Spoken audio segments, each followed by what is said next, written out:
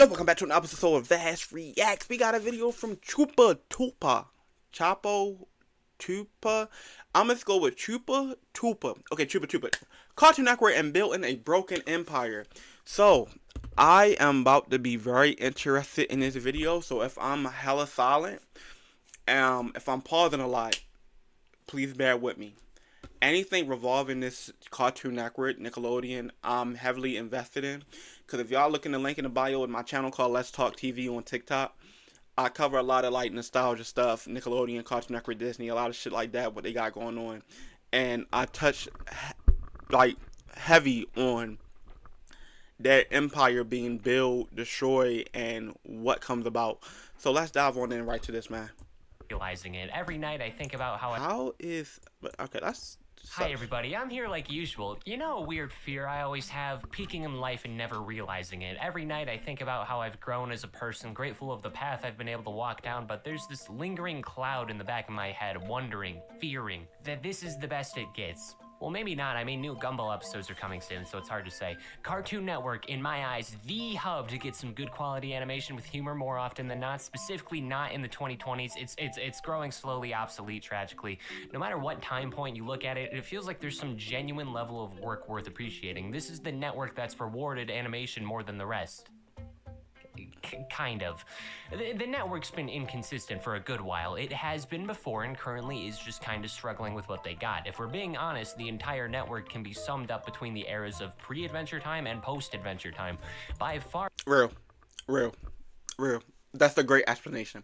That's one of the most best explanations I heard. It peaked. It peaked during regular show, Steven Universe, and Adventure Time. That was the peak. Anything after is just post-Adventure Time. Well, post-Renaissance. And, you know, we're going to put the GOAT in there in its own bracket. But I'm going to continue on with the video.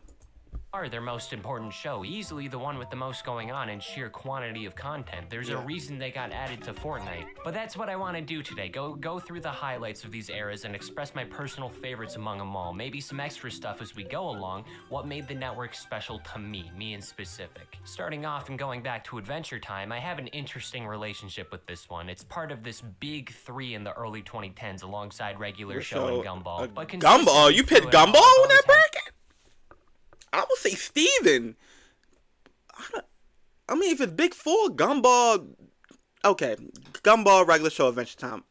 This odd spot with the show specifically. I remember growing up, I wasn't allowed to watch Adventure Time of all shows. Every once in a while, my parents would gather us up for random reasons and then make a stupid random announcement that would rarely be followed through on. I think about this one time where unnamed parent name goes here because they'll probably be mad at me if I reveal which one did this. Lined the children up from youngest to oldest and went, "You are no longer allowed to watch My Babysitter is a Vampire." And then only banned the youngest two because it was inappropriate, I guess. I didn't even like the show. It was just like a random announcement. But Adventure Time was a victim of household bias and propaganda because Adventure Time was not the favorite in shitty Nick and Disney sitcoms, or not even the good ones, like the Thundermans. Who watches the Thundermans and likes it? I really had minimal time with it because this was the one where it was a no-no, where everybody was on me about it, even though it was honestly not that bad compared to some of the other options. And the restriction rules made no sense. Like Clarence was banned, and then that never got put into full throttle. Why? And then like Total Drama and Regular Show never got restricted, which is really funny considering out of all these shows, Adventure Time is definitely the least problematic. With the exception of Ruby Space Princess, which I actually agree with. Otherwise, Adventure Time is a well-executed, earnest franchise with a lot of love and world building within it. The whole thing is fun, funny, adds to the cast. Very well made, but you already knew that. That's just my perspective. But its other friend, Regular Show, this is easily a top fiver for me. Premise is simple and iconic. Mordecai and Rigby gotta go, like, do the dishes, mow the lawn. 6 minutes later, they summon Sephiroth. That's real. That's real. Here, Pops was this lovable little man-child friend. Skips being almost a wise, humble guardian of the park. High five, Ghost. A ghost. And oh man, Muscle Man, what a hoot and a holler. Ooh. Of all of them, I find myself especially attached to Benson. I get a lot of comments on the main channel with that when I raise my voice and try to sound angrier, I sound a little bit like Benson. Though even before then, I would always feel bad on his behalf. With the exception of the Ultimatum Burger episode, it was just like him doing his job and getting punished for it. But that episode in specific, I don't think I can forgive him for that one. It was out of character to eat Mordecai and Rigby's burger. I wish the entire second half of the episode was rewritten so Mordecai and Rigby worked hard, but they don't get the burgers they wanted, but Benson got them ones last minute. That would have worked. That would have been good. He was a good boss who saw real potential in Mordecai and Rigby. He gave them a home and a food. Those two are dipshits for taking it all for granted. And the food here, oh, it always looked good. I always wanted to try the grilled cheese deluxe and excellent challenge. Both of these look great. Just whenever there's... If this was real food, I will try the ultimedium. I will try the ultimedium. And also the, what's that one? The meatball sub. Meatball sub.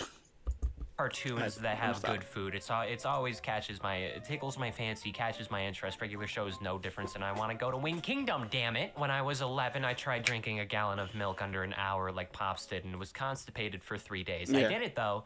All in all, I'm looking forward to the revival that was apparently announced. I hope it doesn't die and is closer to seasons 2 through 5, because I would say that was my personal favorite, the prime of the show. So they better not be in space, is what I'm saying. Then we got Gumball. Yeah, it's fun, yeah.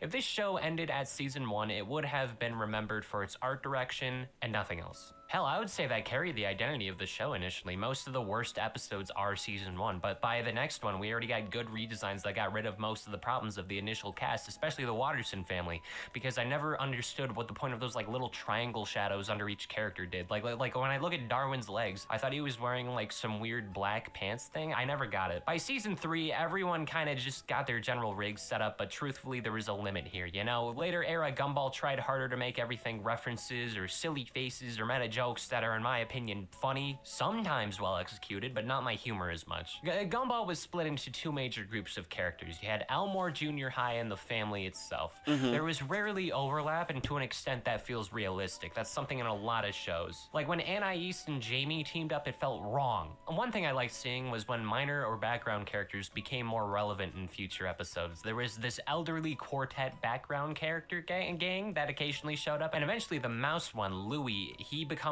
part of the Watterson family when he gets with Granny JoJo. But then that orange lady, the one with the tiny face with blue lips and like really disproportionate, even when I was younger, I wanted her in a hydraulic press. Like, she was so mean for no reason. Why do people even act like this? It's so lame. Like, go back to Yo Gabba Gabba. Nicole did nothing wrong. You're being mean to be mean. You have no right to be in the vicinity of Darwin. Yeah, she was always an asshole. No matter what episode she was in, she was always like that parent that found everything somebody else did disgusting because she wants to shelter her child. When he's too good to even share the same air as you. Last thing that I thought stood out was the premise of the void, like having a place where all your lamer or forgettable characters or ideas deemed as mistakes all get banished to is horrifying. Technically, it's something that could exist in our world and we never realized it, and maybe we never will. Like making an ugly background student in Elmore and into the biggest show antagonist is something I always think fondly of. This is a good trope of having small comedic bits or background gags creating villains, like how in Spider-Verse the Spot is partly created by Miles when he threw the bagel. I'd love to learn more examples of these. Let me know in the comments. Here's another one I wish we got to see more of, even though it ran a decent amount. OKKO. Everything about this one was very fun. Like,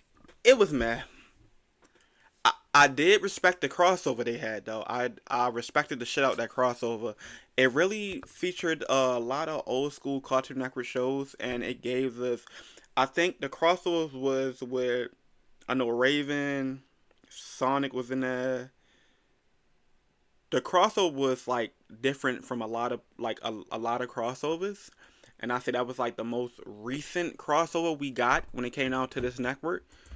Like premise-wise, it was pretty close to replicating the vibe of writing of an older show of the network. This one Yeah. could have even lasted longer if it came out a decade earlier, in my opinion. It mainly followed kids working at a convenience store, training and hoping to become great heroes. That's all you gotta know. It's a joy to watch. Everyone had superpowers. There was a lot of respect to what makes Cartoon Network special. The Nexus crossover hosted Yeah, here was that's what I'm talking about. quite literally celebrating every period of Cartoon Network to some capacity. The world feels lived in, simultaneously chaotic and mundane, in the perfect ironic twist. I wish the ending of the show could have been paced better to be a bigger farewell to the cast. And then when crossovers and cameos got implemented, it hit pretty hard. Like, it takes place in CN City, has appearances from dozens of shows across the eras, and chose the bad reboot Ben 10 art style. This is ugly, but writing for him This is here ugly. isn't that awful, actually. In fact, when it came to Ben 10 in general, this is a good one, or good ones, I guess. Ben 10 used to dominate in so many regards. It got 5 shows, movies, even a game show. It's about a kid turning into aliens. It did not need all that. Ben and his cousin Gwen are spending the summer on a road trip with their grandpa. Ben then finds the Omnitrix, and from there on is living a dream everyone else is peeved we can't have. I would give a lot for the ability to transform like the disgusting CGI Animorphs in the movies. I didn't really watch all too much Ben 10 though, in part because serialized shows were harder for me to lock in on and watch consistently, but I appreciated it for being animated well. Until Omniverse, and then this one after. The multi-billion-dollar franchise that Cartoon Network couldn't get a hold of. That Cartoon Network left to rot. Cartoon Network could have milked this fucking franchise dry, but you just hey, a franchise. Well, that's not what we're looking for. But anyway, thanks for being our successful cash cow. Hey, a new franchise that nobody would know about. Let's build it up. Oh, it didn't do well. Well, back to the old one. Let's milk you dry with shit that nobody want to watch. After Omniverse.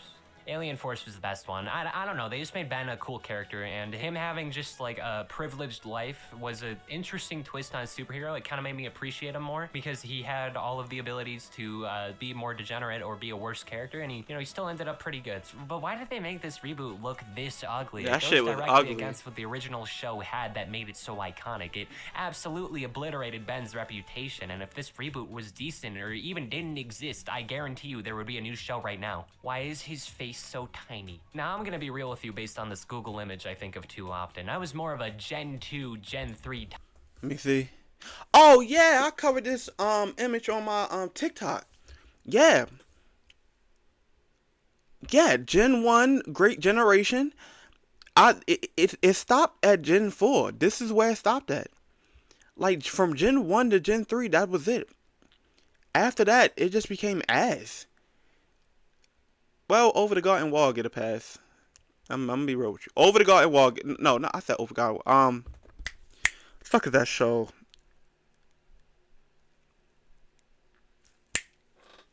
Infinity Train. Yeah, Infinity Train get a pass. Infinity Train and Villainous. That could have been a great cartoon, but it waited too long. But yeah, this was it. From Gen 1 to Gen 3. That was it.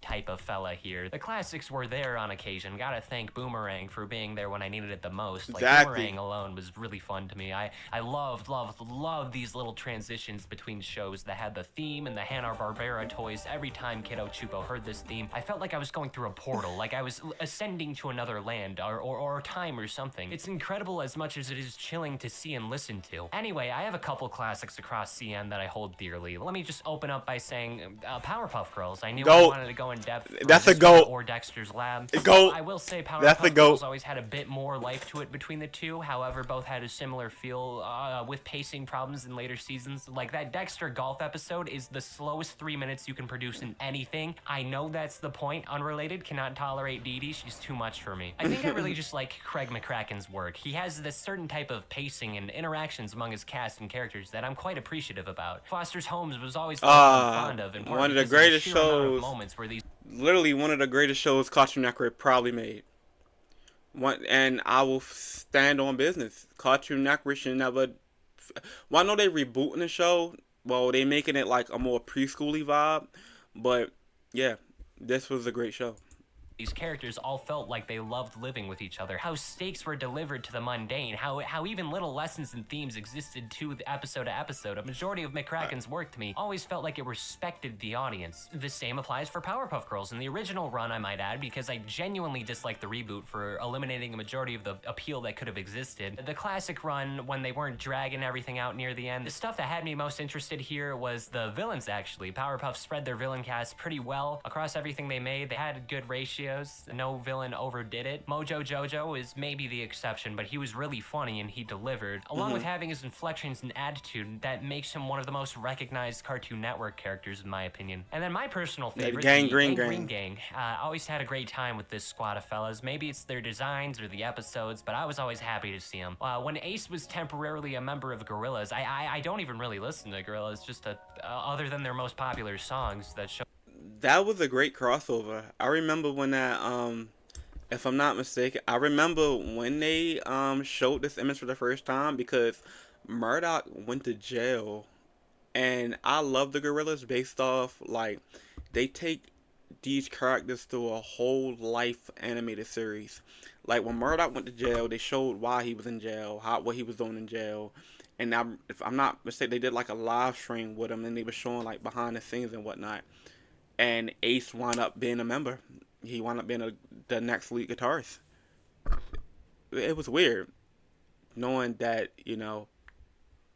Powerpuff Girls exist in the same world as the Gorillaz, or Gorillaz exist in the Cartoon Networkverse. Please make a crossover. This and Powerpuff Girls. Gorillaz. I don't even really listen to Gorillaz, just other than their most popular songs that show up on Spotify occasionally. I was just like, oh, I know that guy. Whoa, I know that guy. And it was a cool moment, I'm kind of glad they did this, even though it wasn't really necessary. Yeah, I never want to think about that reboot again, though. Johnny Bravo, simple premise among this simple era. I'm interested in seeing how this was able to get so many episodes. It follows Johnny kind of just doing whatever he wants, mostly hitting on women, but still getting his comeuppance in the end. He's not like an inherently bad person, but certainly an idiot that will do what's right at the end. There's not much you can say about it, other than it's decently iconic and fairly simple fun, even when it got weirder. But out of the old dumbs, we gotta bring up the best. Ed, and Eddie. Yeah, you got three friends, all with the same name, trying to scam the other kids in their cul-de-sac out of allowances to buy more Jawbreakers. In a sense, I think this is one of their best shows because it replicates some of those feelings of stupid fun, of childhood, that these guys are gonna look back at these memories. The three original scammers. I will always respect this show for this man teaching me how to hustle. And stories with high regard and appreciation. And we never knew what's underneath Double D hat. I thought it was cornrows. Some people say he was bald, but we will never know. Everything they went through. I like each of the characters in this show. The main trio, Kevin, Rolf, Plank, Naz, Kanker Sisters, Johnny, everyone besides Eddie's brother, who only shows up in the movie for about 5 minutes and gets what he deserves, and Sarah, who, oh my god, she is an evil, wicked creature. Exactly. She was hell. Why was she so mean to Ed? His parents took his stairs away. There's a reason why he tried eating a slide. I think one of my favorite facts regarding this has to come from how the original creator has the rights to the show, that I believe prevents them from having a franchise get a continuation or reboot without them. And that's such a weird thing to think about. It's like, it's a big show, one of the network's longest running. Kind of crazy that this was even an option, especially considering some of the dumber decisions Cartoon Network has gone through. Like, do you fellas remember CN Real? When Yeah. they tried giving a shot. Oh my god, don't talk about this. Ew. Ew.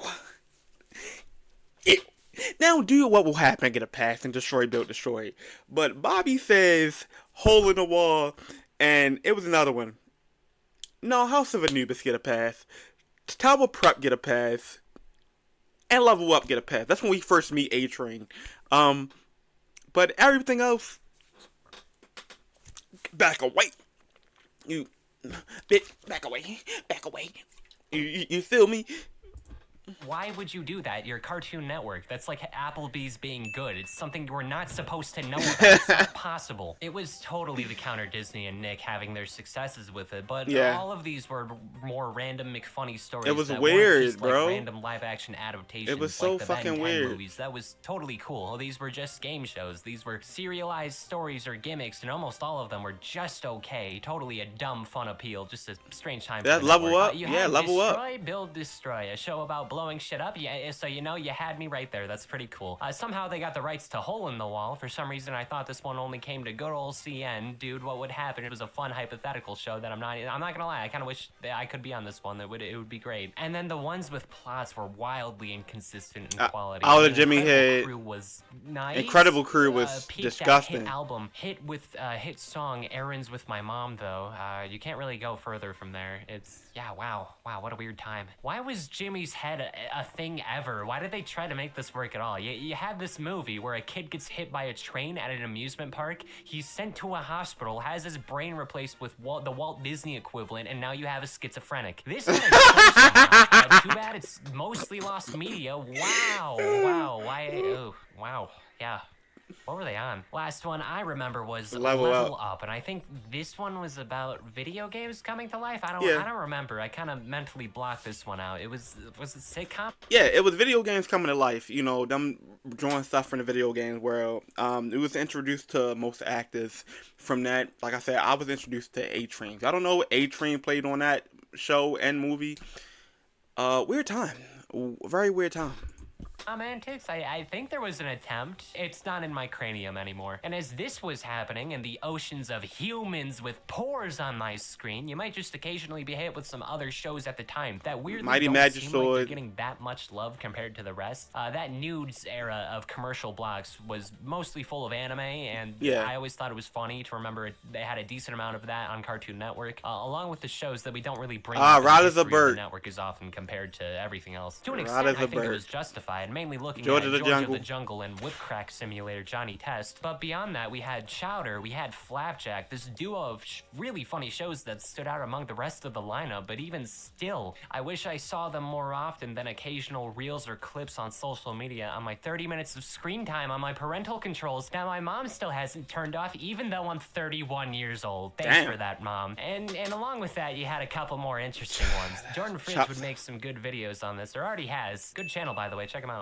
Robot Boy, Chop Socky Chooks, Pet Alien. Does anyone remember Pet Alien? I feel like I'm going insane. I feel like only I know about this show. And then you had Total Drama Island. Oh no. Now, if I'm being honest, I have enough thoughts on this franchise for it to be its own video. I have watched all of it except for the baby shows and the new seasons that came after it. Horrified of both, by the way. If you fellas want me to talk about this one, let me know, because I really do think there's a lot of things that bother me more than they should, and I could spend at least 20 minutes alone ranting about Lashauna's elimination in season 1. That was not fair. Why did a parrot vote twice? Why did you do that? And before ending off on my personal favorites, I want a real quick lightning-ish round of some ones that I wasn't nearly as fond of, not nearly as much time with, not nearly as memorable. Alright, when he do that, I'm going to pause the video every time he mentions something. I'm going to give my brief discussion on it, because I'm going to know most of the shit he's talking about. Trust me, I'm a Cartoon Network fan. For me, but I had some thoughts on within the greater Cartoon Network world.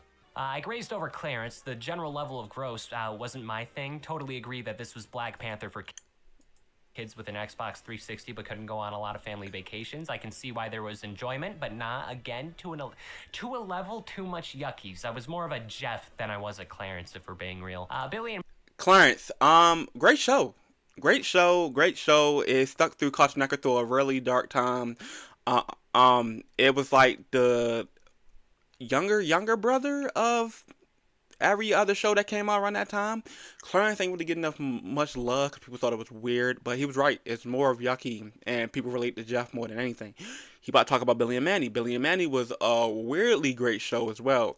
Jamaican Grim Reaper, a girl who smiled that might end the world, and a kid that had problems with a big nose. Great show as well. and Mandy unfortunately falls under that same umbrella. The Yuckies just got the worst of me, in specific with Billy. I liked Grimm though. I liked the rest. I still enjoyed the movie a lot. I feel awful for Evil Con Carne though for some reason, even though it wasn't even a show that I quite enjoyed. Courage the Coward. Evil Con Carne doesn't get much recognition. It's based off the world built around Billy and Mandy, but doesn't get much love. It was more of like a side type of 3-4 minute type of thing inside Billy and Mandy. They made their own 15-minute show. Courage the Cowardly Dog will forever be one of the shows that traumatized a generation. dog still horrifies me. I'm justified on that. I like the main family, but Eustace especially always made me tee-hee. But it was basically over for me once I saw the Slab episode that did nothing but possibly produce... Bro, why is everybody scared of that? I was never scared of that. For real, I actually liked this episode. The episode I was more afraid of was the one where Eustace couldn't get a green thumb, and then the guy was going to fucking technically kill them. And it was another one when Chris went to sleep, and then it was that blue thing that was like, you're not perfect. This episode never scared me. A fear of slabs. I don't know, probably weird. Is probably the most average modern cartoon I've ever seen. Yeah, premise, common art style, especially among the network. But it was fun when it wanted to be. Yeah, wholesome. Like Panda, by making one of your main trio insufferable, you kind of sort of completely damaged the final thing being produced. Panda was a nice guy who finished last and deserved it. Uncle Grandpa was a lot of fun when it hit. When it missed, it felt like Fort Awesome, which is one of the worst shows ever. Or other CN shows that lay in infamy, like Problem Solvers. Whose idea was this? I don't even think about that. Whew. Uncle Grandpa had his moments. The Problem Solvers. Ew. Make you want to throw up. Who thought about that? Why did you create that? Same for Secret Mountain for Awesome. Two shows that will forever gross me out. By that I mean it freaking sucked. Yeah, they flop. My favorite was Mr. Gus, who is also responsible for the best Steven Universe episode. Oh yeah, we should talk about that one. You guys ever think about how weird Steven's life had to be? Homeschooled on a beach house, going on adventures. It's incredible he came out even remotely all right. The episodes were sometimes inconsistent. The town episodes, in specific, I know bother a lot of people, even though I would argue it's one of those things where filler is necessary in the sense that they add stakes to the world that the audience can recognize if they're fans. I don't know, the highs are high, easy to joke about, but the lows were just not my cup of tea, I'm afraid, and whenever I see that guy with like the fry hair and the red shirt, I forgot what his name, I think it's Oscar, I don't know, that he is possibly one of the most unlikable people I ever have seen in a show. I could have gone more in depth over DC and JLA. Lineup. Undoubtable that their contributions have remained a cornerstone here, especially when their characters look like this in their Justice League incarnations or the adjacent shows to it. It solidifies my personal opinion that DC has weaker movies but stronger episodes and shows in comparison to Marvel. I mean, I say it all the time. I say it all the time. I say it all the time. DC does fucking wonders when it comes to their animated shows, bro. And their animated movies. When it comes to live action, it does like dog shit. Marvel takes the cake during live action. DC does not. DC does great during the animated run. But when it comes down to the live, I say it all the time.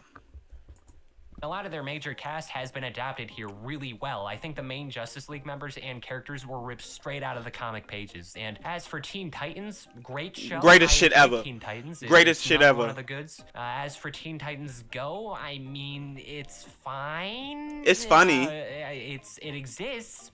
It has its moments, but so does substance abuse. Lastly, Samurai Jack. I kind of want to save my thoughts for it when I get on Adult Swim inevitably. I always saw it as a far more mature show than anything, and whenever it was available, it was greatly appreciated as a change of pace when looking at the style and tone throughout. I don't know. Maybe I just like Gennady that guy's last name. I think it's Tartakovsky. I love his work. Story for another day, but above all else, there's one little tiny ton fun little tune that we all know and love better than any of the rest. One that we should all be proud of seeing and a joy in all regards. The best and honestly my favorite, codename Kids Next Door. KND is great show.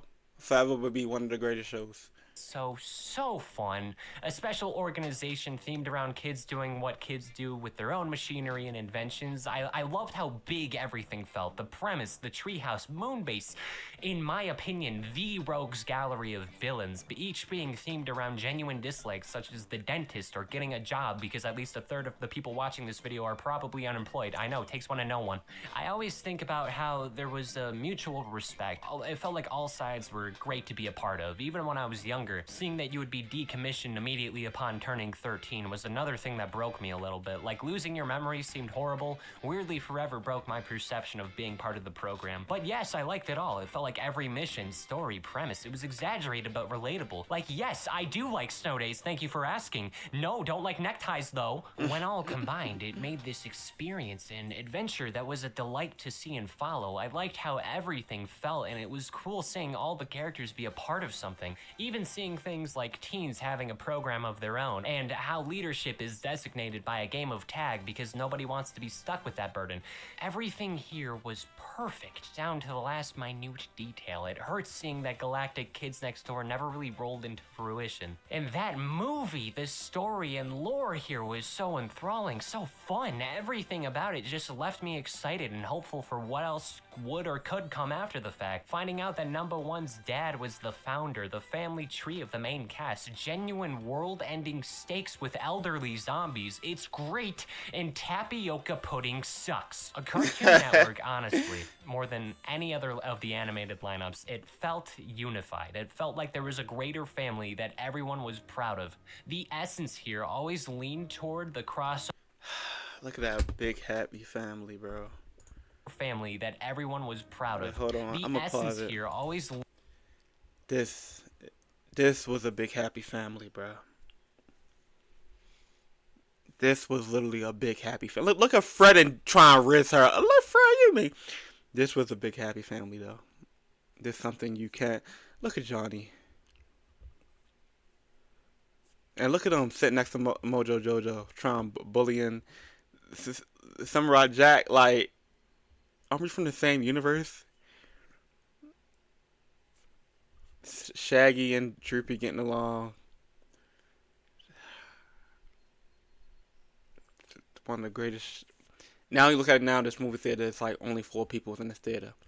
Gumball, Craig, and that's probably it. Lean toward the crossover and interaction aspect like CN City, special events across the history of the network, and more. And sure, there were more classics I didn't really look at, maybe some of the ones that didn't linger with me like they could have, but all in all, the creators of these shows, the love behind so many of these things, and the transitions between each era felt special in its own way. I am proud to have seen it grown and what has come from it. As for more recent stuff and the transition to streaming, it's become more heartbreaking than anything. I think by having streaming, it makes everything either a massive hit or flop, and very rarely an in-between. And newer shows more likely fade into obscurity, because to an extent, we were forced to watch what was next if you wanted to stay on the network. The same goes for all animation. So because of that, I think a dark era is totally being lived in, not even just on Cartoon Network, but for animation as a whole. It seems like it's getting harder and harder to sustain without being indie animation, and even then it's just like only top dogs seem to continue to any capacity. As for modern runs, I'm a bit worried, in part due to how the shows feel that we're actually seeing here. Though if you're looking for anything new, I would recommend Apple and Onion, because there's just a vibe here. Can't quite describe it, but you know, it was enough for me to follow after the fact. It felt like a transition between this fun youth to adulthood, this awkward humor that I found myself enthralled by. And for that, I appreciate it and kind of wish it did better. Craig of the Creek as well. Don't recommend that bullshit to me. For my limited time with it, it's more of that nostalgic feeling that my personal favorites brought, with the simplicity and excitement of it there. And I'm excited to see where it goes from here. Wait, it's already done? Yeah. Well, shit. Anyway, that's all, fellas. Subscribe, leave a like. I would love to talk about more of the channel in the comments if you leave a comment. And I know I joked about this earlier, but I wonder how many people clicked off of this thinking I'm 31 years old. I'm not, I promise, I'm not. Guys, please, I'm young, I swear I'm young. I actually am. That's the truth. Okay, bye! So he's 31? I should have been clicked the fuck off. God damn it. Anyway, yeah, he made a great point, and I gotta subscribe. You made a great point revolving around what went on around these networks and what was going on around the network at certain times. Some stuff I want to say for some stuff you didn't really watch, you ain't missed much. Like, you really ain't missed much. I agree with you. It's pretty much post-Adventure Time and pre-Adventure Time. The golden era, I mean, it had its hit or misses. And like you said, Ben 10 was one of the most successful shows out of that whole network. But, yeah, you really ain't missed much. You really ain't missed much. But this was a great informational video. Hella nostalgic. I'm gonna have to check out more of his videos too. But this has been Vass Reacts. Like, comment, subscribe. See you guys next time. Peace.